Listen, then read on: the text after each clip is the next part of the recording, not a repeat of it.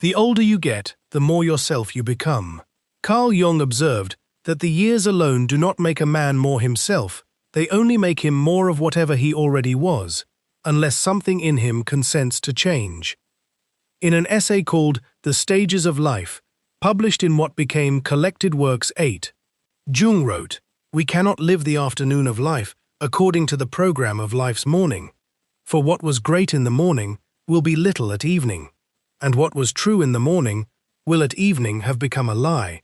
And Jung would stop you right there and say, "Do you see it? The years do not automatically make you more yourself. They only deliver the bill for a program you may still be running long after it stopped being true." Most people assume that growing older is like wine settling into its true color, that time itself does the work of becoming. But the years do not do this work for you. They only present the invoice, and if you keep paying it in the same currency you paid at 20, you do not become more yourself at 60. You become a more efficient, more polished, more defended copy of a young stranger you have not checked in on in decades. Maybe you already feel this, some quiet dread underneath the competence, a sense that you have gotten remarkably good at being who you always were, without ever asking whether that was ever fully you. And if that dread has a shape, Jung has a name for it. And you are not the only one standing at that closed door tonight. So here is where we begin. 3 things. First, I stop measuring my life only by the morning's program. Second, I ask what part of me has been waiting all these years to be lived. Third, I make the unconscious conscious. Say it with me. I stop measuring my life only by the morning's program. I ask what part of me has been waiting all these years to be lived. I make the unconscious conscious. Again, I stop measuring my life only by the morning's program. I ask what part of me has been waiting all these years to be lived. I make the unconscious conscious. And if you want tomorrow's teaching to find you the same way this one did, consider subscribing, quietly, so the next fire we sit by is one you were already invited to. Before we go further, type the words "face it" in the comments. Just those 2 words, let them be your seal on what you already know is true about your own life. The first key is that individuation is not a reward for surviving. It is a task the years merely hand you at the door. Jung called this process coming to selfhood. In Collected Works 7, he used almost that exact phrase, and the crucial thing to understand is that this coming to selfhood is not automatic. A river left alone widens and deepens and finds new banks as it ages. But a canal, however old it gets, stays exactly the width it was dug. Many people, without meaning to, spend their whole lives as the canal. They built an identity at 22, a way of talking, a way of succeeding, a set of opinions that felt like bedrock, and then they simply maintained it for 40 years, polishing the same narrow channel. And when you meet such a person at 70, you notice something strange. They are not more themselves than they were at 30. They are only more certain, more armored, more finished in a way that has nothing to do with wholeness. Imagine 2 neighbors, both turning 60 the same autumn, both retiring from ordinary careers within the same month. The first spends the years afterward exactly as he spent the years before. The same 3 opinions repeated at every dinner, the same handshake, the same jokes told with the same timing to whoever will still laugh. Ask his family, and they will tell you fondly, "That is just how he is," and they will mean it as praise. But listen closely, and you will hear it is also a kind of sentence. He has been sentenced to himself at 40, and he is simply serving out the years. The second neighbor, no more remarkable on paper, no wiser by any test you could give him, spends those same years differently. He takes up something he had no time for at 30. He asks his grown children real questions instead of giving them verdicts. He lets a hobby he once called impractical take up an actual afternoon, and slowly, without any single dramatic turn, you notice he has become someone slightly larger than the man he was at 50. Not louder, not more accomplished, simply more whole. The calendar gave both men the exact same number of years. The calendar is not what made the difference. This is what Jung meant by coming to selfhood. It is not a photograph that develops more clearly the longer you leave it in the drawer. It is closer to a tree adding rings. Each year either genuinely lived or merely survived and stacked on top of the last one unchanged. Imagine a man who was called decisive at 25, and by 65, decisive has calcified into unreachable. The same trait, unexamined, grown rigid rather than grown wise. This is not individuation, Jung would say. This is repetition, wearing the costume of maturity. Individuation asks something harder than staying consistent. It asks you to let the parts of you that were never invited to the party in your 20s finally come inside. The quiet one, the artist you dismissed as impractical, the tenderness you traded for competence. None of this arrives by simply accumulating birthdays. It arrives only when you stop assuming that age itself is doing the work, and start asking, what in you has been waiting this whole time to be let in from the cold? So ask yourself plainly tonight, when your own family describes you the way that first neighbor's family described him, that is just how he is. Do you hear it as praise, or do you hear, underneath it, the quiet click of a door that closed on you decades ago and has not been opened since? I let the years be an invitation and not an excuse. The second key is that the unlived life does not disappear. It waits in the basement, and it sends its bill precisely in the afternoon. Jung knew this from the inside. In his memoir, Memories, Dreams, Reflections, he described his own collapse at 38. A man at the height of his career, respected, published, married, and yet inwardly he found himself disoriented, dreams pressing in, old certainties suddenly hollow.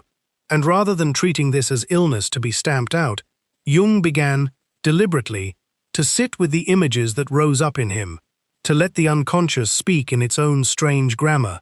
And what he discovered was that everything he had set aside in the name of being sensible, being professional, being the doctor, the husband, the respectable man, had not vanished. It had only gone underground. And it was underground precisely because it went unlived, that it grew loud enough, at last, to interrupt his whole life. Think for a moment of how a house actually works. You can live upstairs for decades, keeping the rooms tidy, hosting guests, raising children, building a career, and all the while there is a basement beneath you that you have not opened since you were young. Maybe you put something down there on purpose once, a longing that felt impractical at the time, a grief you did not have space to feel while providing for others, a version of yourself that did not fit the job you needed.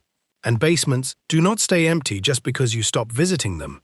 Whatever you set down there keeps existing in the dark, and it does something basements are not supposed to do.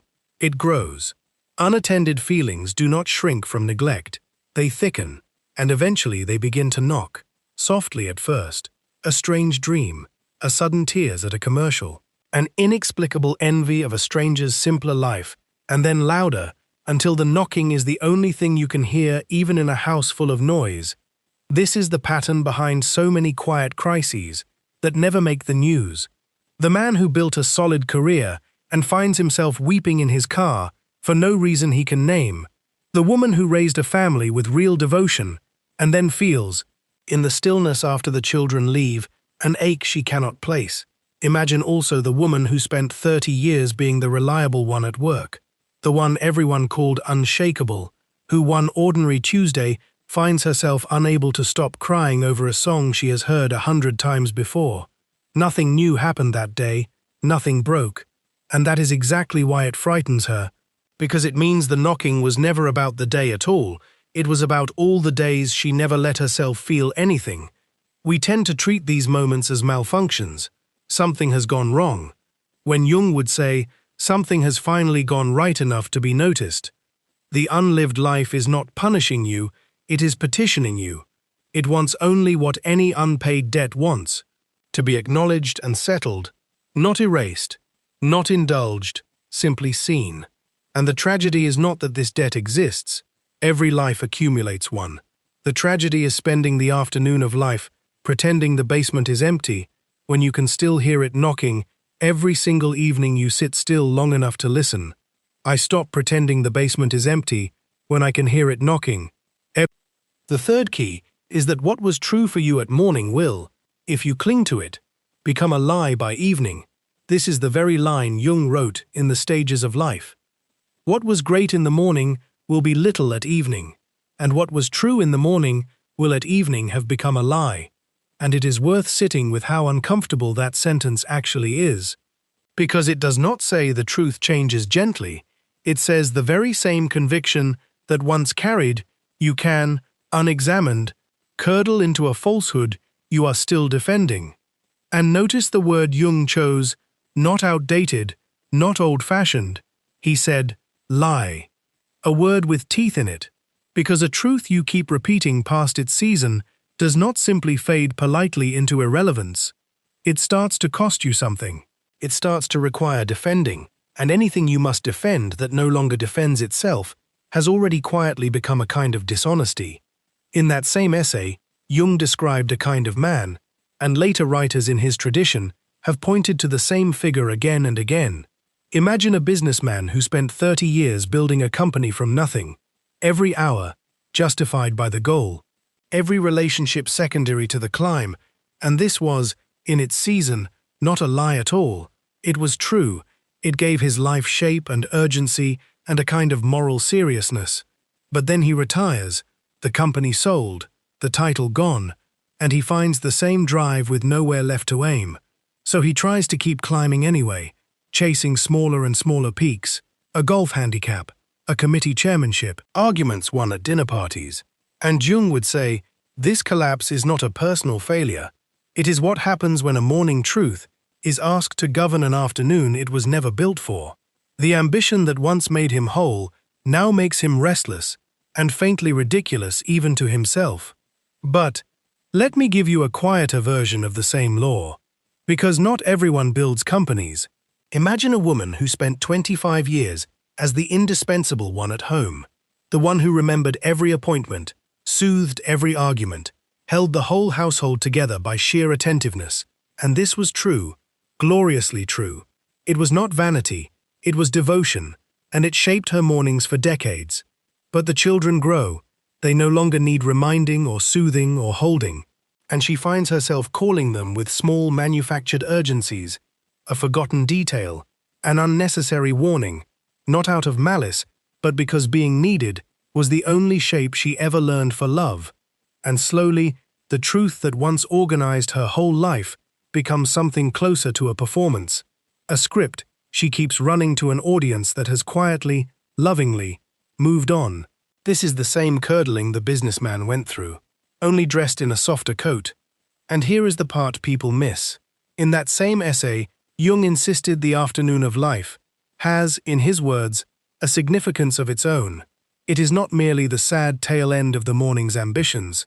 It is not decline dressed up in politeness. It is a different task entirely, oriented not toward expansion outward, but toward meaning gathered inward. The shift required is not becoming less, it is becoming differently. The businessman who cannot make this shift does not become more himself in retirement, he becomes an old man performing a young man's script to an audience that has already gone home. And the mother, who cannot make this shift, does not become more herself either. She becomes a woman performing a young mother's script in a house that has already grown quiet around her. So ask yourself honestly this week, not in the abstract, but by name, which convictions are you still defending purely out of loyalty to who you used to be? Where is your climbing still climbing? Where is your being needed still manufacturing its own need? The sundial does not lie to you. The very same numbers that caught the morning light catch the evening shadow too, falling now the opposite way.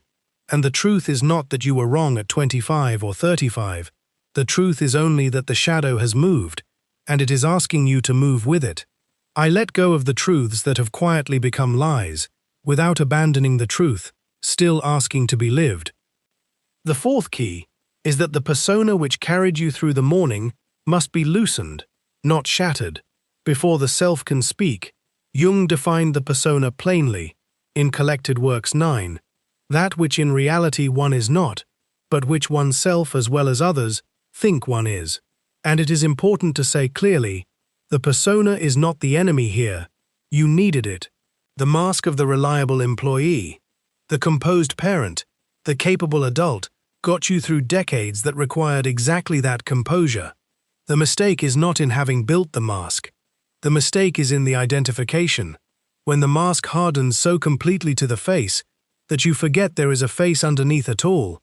Think of the persona, the way you might think of a winter coat.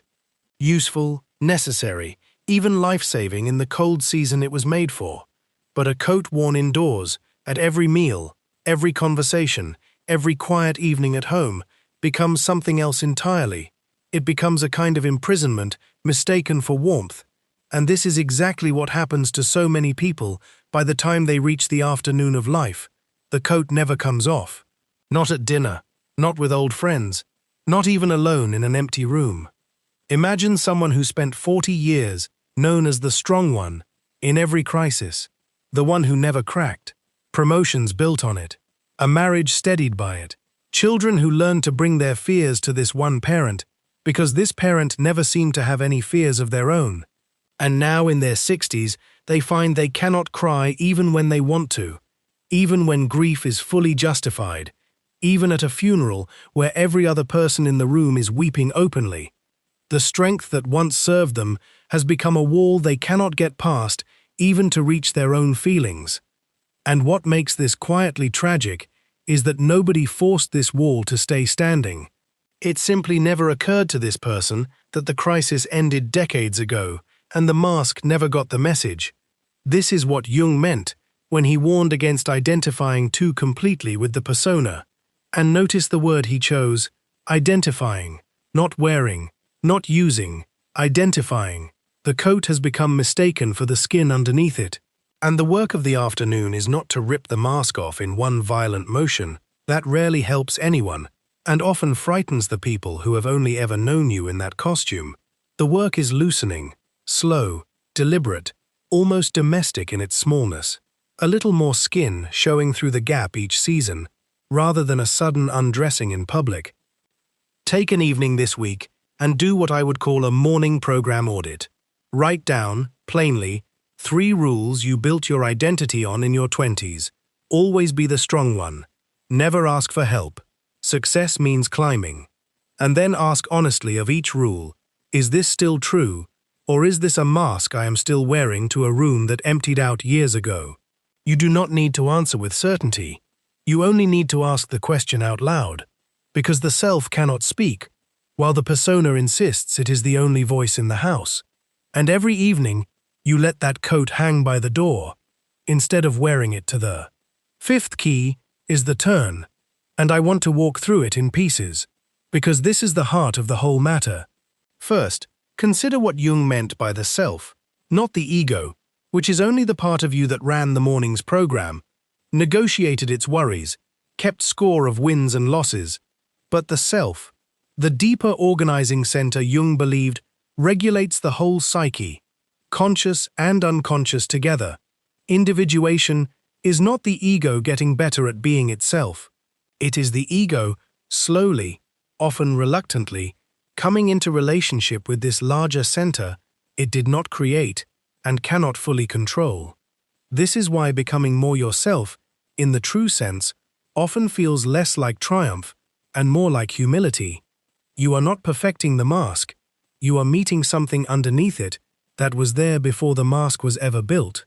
And this meeting rarely announces itself with fanfare.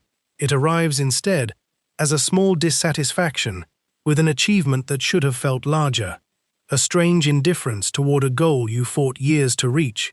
The ego calls this ingratitude. The self would call it an invitation. Second, consider the tension of opposites that this meeting demands. Youth and age, ambition and meaning, doing and simply being.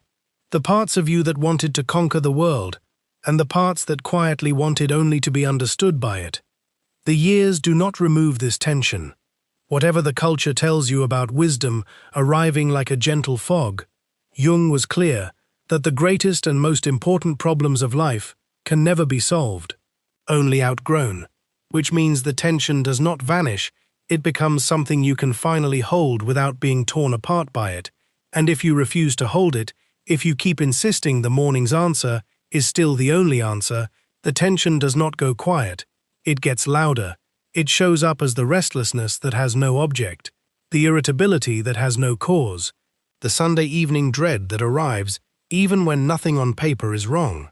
Third, let me walk you through an ordinary day, because abstraction is easy to agree with and hard to recognize in yourself. Imagine a man of 58. He wakes and reaches immediately for his phone to check what happened overnight. In a business he no longer needs to control so tightly. He dresses in the same sharp uniform he wore at 30, not because the job demands it anymore, but because bare authenticity feels naked. At breakfast, he corrects his adult child's opinion out of old habit rather than real conviction, and notices, just faintly, a flicker of shame at how quickly the correction came out of him. At the office, a place he half resents and cannot leave, he wins an argument in a meeting and feels the same small surge of triumph he felt at 28, except now it tastes strangely flat, like a meal eaten out of duty rather than hunger. At lunch, he sits alone by choice, tells himself he is simply busy, and does not examine why solitude has started to feel safer than company. Mid-afternoon, a colleague half his age asks his advice, and he gives it generously, and for one unguarded minute, he feels something like his old vitality, and he wonders, walking back to his desk, why that feeling is now so rare that he noticed it at all. At dinner with old friends, he tells the same 3 stories he has told for 20 years, each one a small monument to who he used to be. And the friends laugh in the same places they always laugh, and he goes home and lies awake, unable to name why a day that went, by every external measure, perfectly well, left him feeling so quietly hollow. Nothing in that day was dramatic. Nothing in it would show up in a resume or an obituary. And that is exactly the point. The morning program does not announce itself. It simply keeps running underneath a life that looks, from the outside, entirely successful. Fourth, and here is where I have to ask you directly, not that man, you. What does your own Tuesday look like? Where in your ordinary hours are you still performing a script written by someone 20 or 30 years younger than you are now? Where are you still chasing an approval you no longer even need? Still defending an opinion you privately outgrew? Still wearing a stiffness that once protected you and now only isolates you? I am not asking you to burn the last 40 years down. I am asking you to notice, quietly, without cruelty toward yourself, because Jung never taught self-flagellation. He taught honest seeing, and honest seeing is the only door the self ever uses to enter. Fifth, notice too that this meeting almost never arrives all at once. It comes in grams, not in floods. A dream that lingers longer than it should. An ordinary object that suddenly moves you to tears you cannot explain. A held tongue in an argument you would once have won. A Sunday afternoon spent doing nothing productive at all, and feeling, for the first time in years, entirely at peace with that. Individuation does not knock the door down, it slips coins under it, one at a time, and the work of the second half of life is simply to keep bending down and picking them up, rather than stepping over them, on your way to somewhere the morning taught you to hurry toward. Imagine a woman of 62 who spent decades measuring her worth in how much she accomplished before breakfast, and who begins, without deciding to, spending 10 quiet minutes each morning simply watching the light change on her kitchen wall.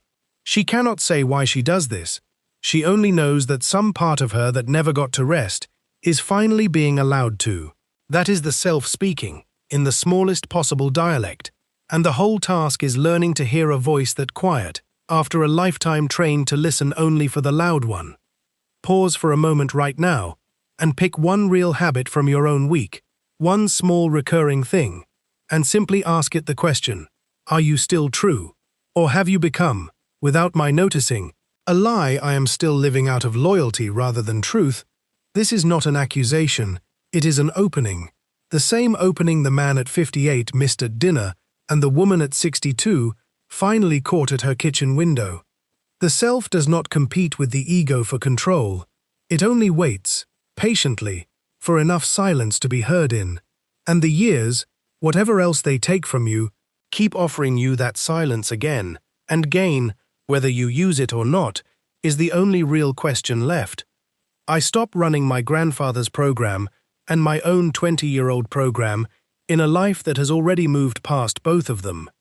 The sixth key is that becoming more yourself is never finished while you are still alive. It is a direction, not a destination you arrive at and then rest inside. And this, oddly, is the most comforting part of everything we have covered tonight, because it means you have not missed your chance. Whatever afternoon you are standing in right now, 50, 60, 70, 80, the invitation is not behind you. Individuation does not carry a deadline the way a career does. There is no retirement from the task of becoming who you actually are. Jung himself kept working on his own inner life into his 80s, still dreaming, still writing, still startled by what rose up in him, even at the very end. And if the founder of this whole way of seeing never finished the work, you can let yourself off the hook of imagining you should have arrived somewhere by now. Think for a moment of an ordinary woman. Imagine her at 74, a widow, her children grown and settled far away. For 50 years, she was known only by her roles: wife, mother, the reliable one who hosted every holiday. And then one autumn, almost by accident, she picks up a paintbrush her granddaughter left behind, and something in her that had been silent since girlhood begins. Hesitantly, to speak again through her hands, she is not becoming a different woman. She is not erasing the 50 years that came before. She is simply letting a part of herself that was postponed finally take its turn. This is not decline dressed up as a hobby. This is individuation, arriving exactly on schedule, in its own quiet, unhurried way, at 74 rather than at 20. And Jung would say, there is nothing late about it, because the self does not consult a calendar before it decides when to speak. The older you get is not a countdown towards some finished version of yourself waiting at the end like a trophy on a shelf. It is simply more time granted to keep meeting the parts of you that are still arriving. Some days that meeting will feel like loss. The mask coming loose can feel like exposure before it feels like relief. The strong one weeping for the first time in decades does not feel triumphant in the moment. It feels frightening. And some days the meeting will feel like homecoming, a tenderness you forgot you ever had, returning quietly at 60, the way an old friend returns without apology for having been away so long. Either way, underneath the loss and underneath the homecoming, the movement is the same movement, and it is available to you tonight, not someday, not once you retire, not once the grandchildren visit more often, not once the timing finally feels right, because the timing will never announce itself, it only ever waits to be noticed. The years alone were never going to hand you yourself. They were never going to do that work while you stood by and watched. But the years, met honestly, welcomed rather than merely endured, can finally let you meet yourself. Here is the whole picture. Individuation is a task the years deliver, not a gift they grant on their own. The unlived life waits in the basement, and it always sends its bill. What was true in your morning can quietly become a lie by your evening. The persona that carried you must be loosened before the self can be heard. The tension between who you were and who you are becoming is not a problem to solve, but a truth to hold. And none of this ends while you are still breathing. It was never 6 separate lessons. It was one recognition, turning in the light from 6 different angles. That becoming yourself was always available to you. In every ordinary Tuesday, in every worn habit you were finally willing to question. The years were never going to do it for you, and the years were never going to stop you either. And so I returned to this quietly, again and again, noticing without flinching, asking without excuse, letting what has been unconscious finally come into the light of an ordinary evening. The older you get, the more yourself you become, but only if something in you finally consents to stop running the morning's program. So let me leave you with the question Jung would leave you with. What in you has been waiting all these years, patiently, in the dark, simply to be let in?